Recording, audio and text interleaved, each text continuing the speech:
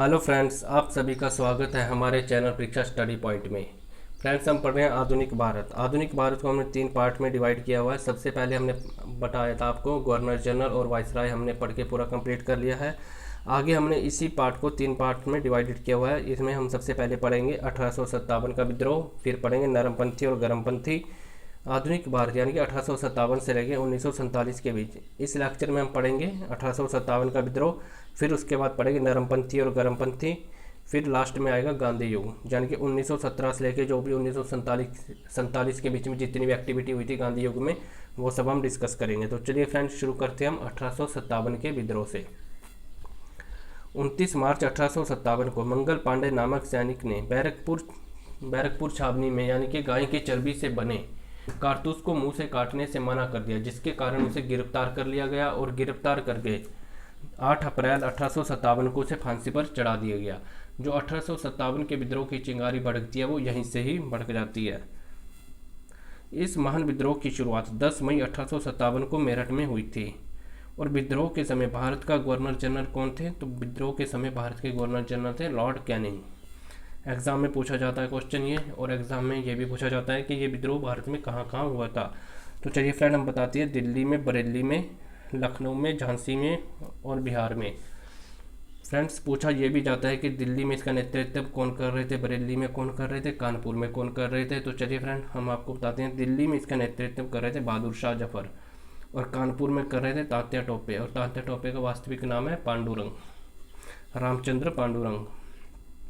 लखनऊ में इसका नेतृत्व कर रहे थे बेगम हजरत महल, और झांसी में तो सभी को मालूम है झांसी की रानी यानी कि रानी लक्ष्मीबाई इसका नेतृत्व कर रही थी।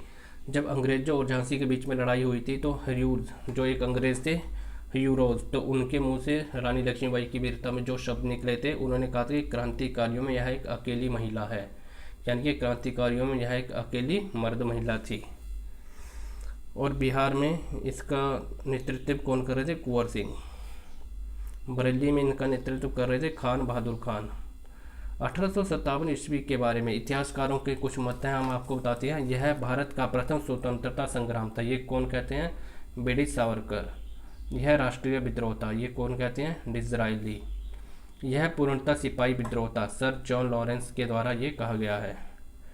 यह अंग्रेजों के विरुद्ध हिंदू और मुसलमानों का षड्यंत्र था, यानी कि अंग्रेजों के विरुद्ध हिंदू और मुसलमानों का षड्यंत्र था, ये कौन कहते हैं? जेम्स आउट और डब्ल्यू टेलर। बर्बरता तथा सभ्यता के बीच का युद्ध, इसे कौन कहते हैं? T R Holmes. धर्म, यह धर्मांतों का ईसाइयों के विरुद्ध युद्ध था, ये कौन कहते हैं? एल ई आर रीज। तो चलिए फ्रेंड, आगे पढ़ते हैं हम नरमपंथी और उदारवादी चरण 1885 से लेकर 1905 तक।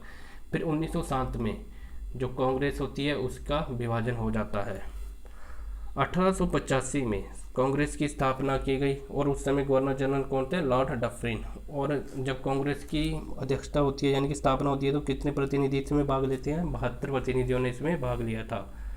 और इसके संस्थापक कौन थे? ए ओ ह्यूम, और ए ओ ह्यूम को ही हर्मिट ऑफ शिमला कहा गया है। और इसका पहला अधिवेशन कहाँ पर होता है? वो होता है मुंबई में, और इसकी अध्यक्षता कौन करते हैं? अध्यक्षता करते हैं रमेश चंद्र बनर्जी।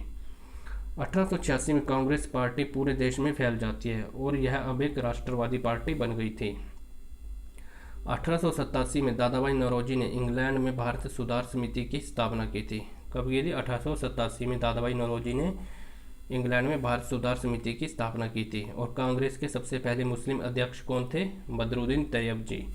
और सबसे पहले अंग्रेज अध्यक्ष कौन थे कांग्रेस के? वो थे जॉर्ज यूल। 1892 में दादाभाई नौरोजी ने इंग्लैंड के फिंसबरी नामक स्थान से सांसद का चुनाव लड़ा था, और दादाभाई नौरोजी पहले वैसे भारतीय थे जो इंग्लैंड की संसद में पहुंचे थे। तो चलिए फ्रेंड, हम बताते हैं आपको, जब 1907 में यानी कि कांग्रेस का विभाजन होता है तो एक गर्मपंथी और नरमपंथी में बंट जाती है। जो नरमपंथी में होते हैं वह दादाभाई नौरोजी, गोविंद रनाड़े, गोपाल कृष्ण गोखले और मदन मोहन मालवीय, ये सारे नरमपंथी के नेता थे। गर्मपंथी के नेता थे लाला लाजपत राय, बाल गंगाधर तिलक, विपिन चंद्र पाल और अरविंद घोष। ये सारे गर्मपंथी के या उग्रवादी नेता कहा गया है इनको। इन्हीं को लाल बाल पाल के नाम से जाना गया है, यानी कि लाल से लाला लाजपत राय, बाल से बाल और पाल से विपिन चंद्र पाल, और इनमें एक और है अरविंद घोष। तो चलिए फ्रेंड, हमारा लेक्चर यहीं पर ख़त्म होता है, मिलते हैं नेक्स्ट वीडियो में। अपना और अपने परिवार का ख्याल रखिए। धन्यवाद।